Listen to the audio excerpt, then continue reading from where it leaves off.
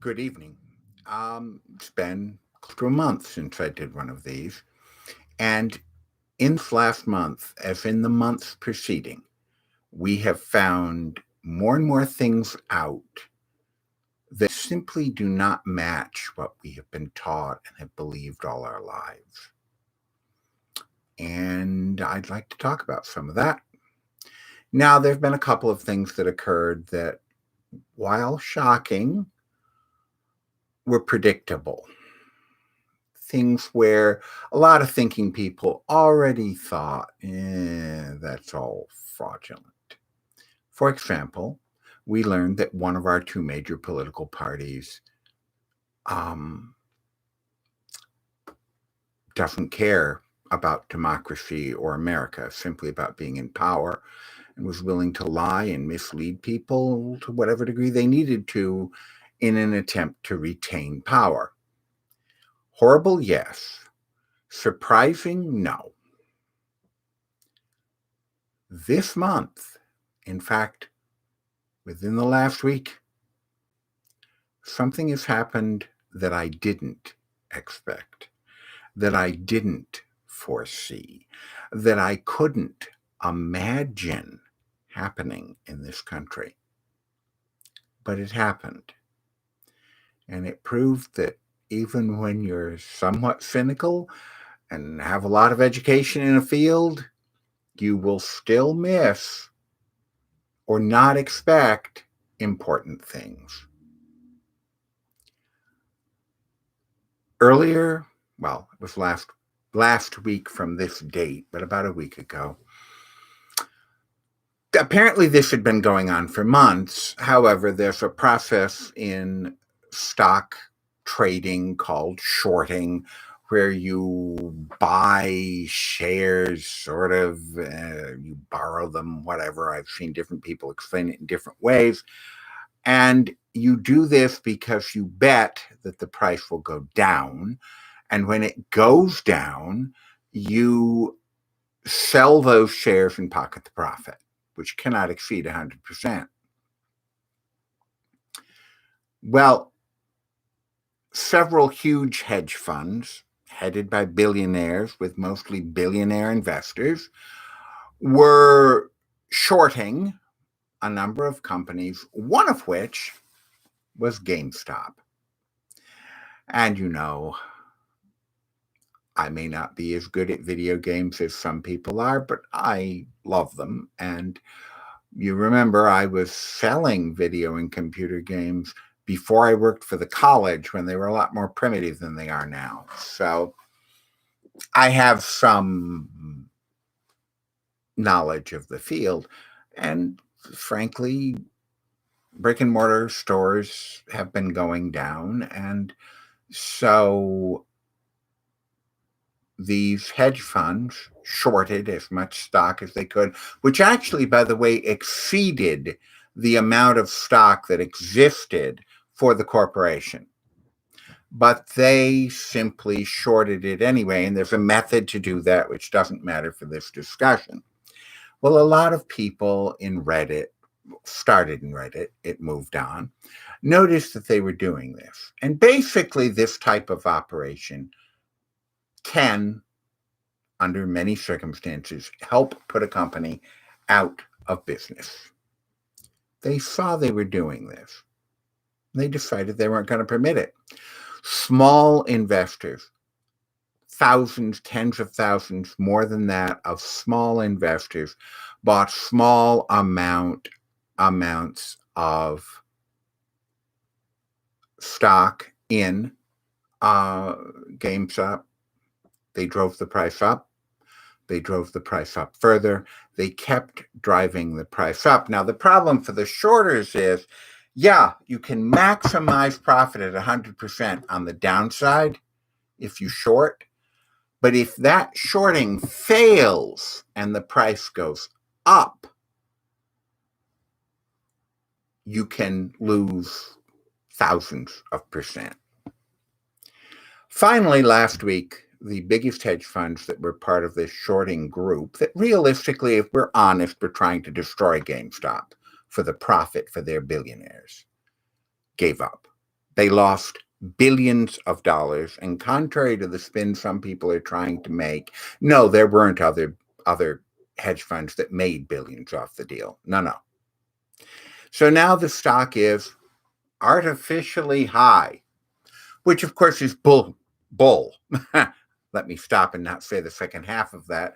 There is no divine presence that tells you what a stock is worth or what a company is worth. It is and always has been what people will pay for it. Any other argument is crap. It's meaningless. What people will pay for the stock is what the stock is worth.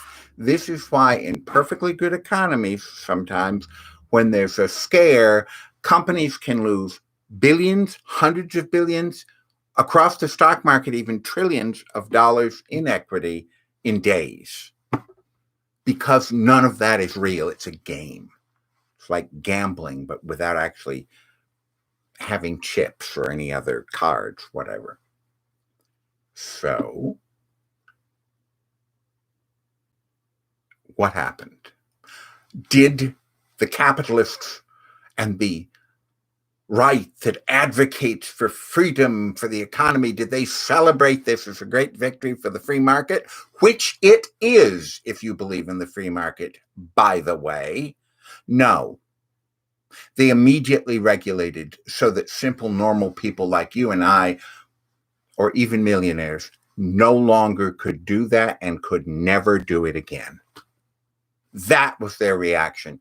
Now, Congress is forcing an investigation, but the reality is that pulled the curtain back, just like the curtain got pulled back from the Wizard of Oz, and there was just an old guy back there pushing buttons. The curtain on their claims that we are in a free market and that you, regardless of the condition you start in, can rise to be the richest man in the country is bull. And they proved it. The moment a large number of common people started to get a foothold on the way up the mountain, they closed the path.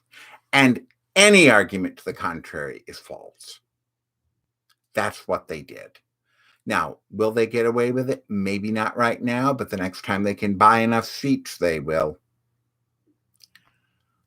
What this means for all of us is simple. The system is broken.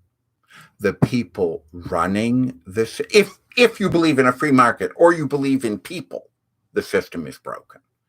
And the people running the system want it broken. I have heard people for years talk about how it was socialism for the rich and free market capitalism for the poor. Well, in the way they meant it, which was the rich were protected and the poor weren't and had to take the lumps, nothing could have proved that more successfully than this. Not the fact that there's one major political party trying to cut the legs off from under a COVID relief deal that could actually save the economy. Nothing else. It proves it as well as this. Free market is a lie. The cake is a lie. The free market is a lie. I didn't know it. I believed that, yes, we all didn't have enough money. You needed billions. I did not expect the powers that be to be so blatant that they cut off trading on things where the little guy not only could make a difference, but might make some money. I did not expect it. It is completely contrary. I expected what happened in DC. I expected the attack on the Capitol. I predicted it to people.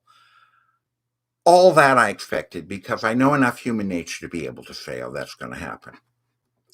I never thought I would see what we just saw with the stock market. They care, all of them, nothing but power. And if you think for a minute that they are not using whoever they can to keep the group that is more friendly to their business interests in power, I have a bridge. I'm sure I can find one somewhere to sell you, because they have just proved the level of their hypocrisy, and nothing can change that. You and I and my kids and your kids and their kids need to remember this, and we need to never let go of it. There needs to be a new political economy, and I've said that for years because I know what's coming. And if you've listened to me talk endlessly about the replacement of normal jobs with robotization and artificial intelligence, you know what I'm talking about. I'm not going there again. But I will say that in the midst of all this, there was a conversation on universal basic income that I was in.